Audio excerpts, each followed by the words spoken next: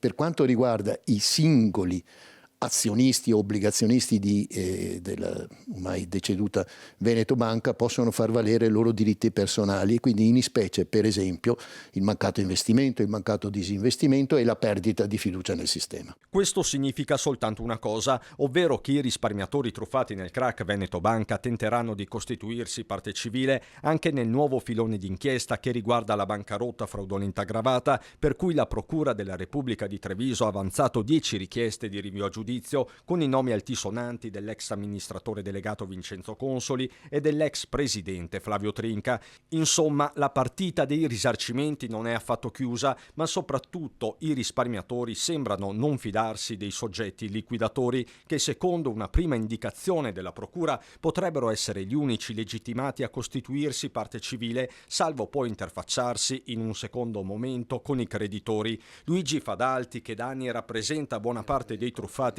spiega la genesi di questo terzo filone giudiziario. La contestazione del reato fallimentare dipende dalla dichiarazione dello stato di insolvenza pronunziata ormai quasi 8 anni addietro al Tribunale di Treviso.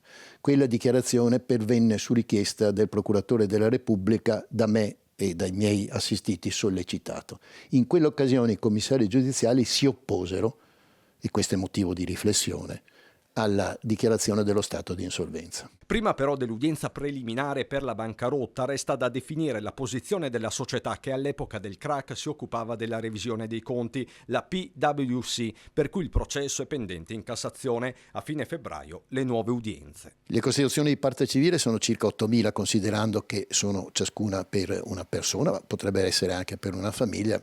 Sono altrettanti i danneggiati che hanno ritenuto di esercitare l'azione civile. Voglio ricordare che gli azionisti di Veneto Banca erano circa 80.000. Quindi 8.000 sembrano tantissimi, ma potrebbero essere solo la classica punta dell'iceberg. Assolutamente sì.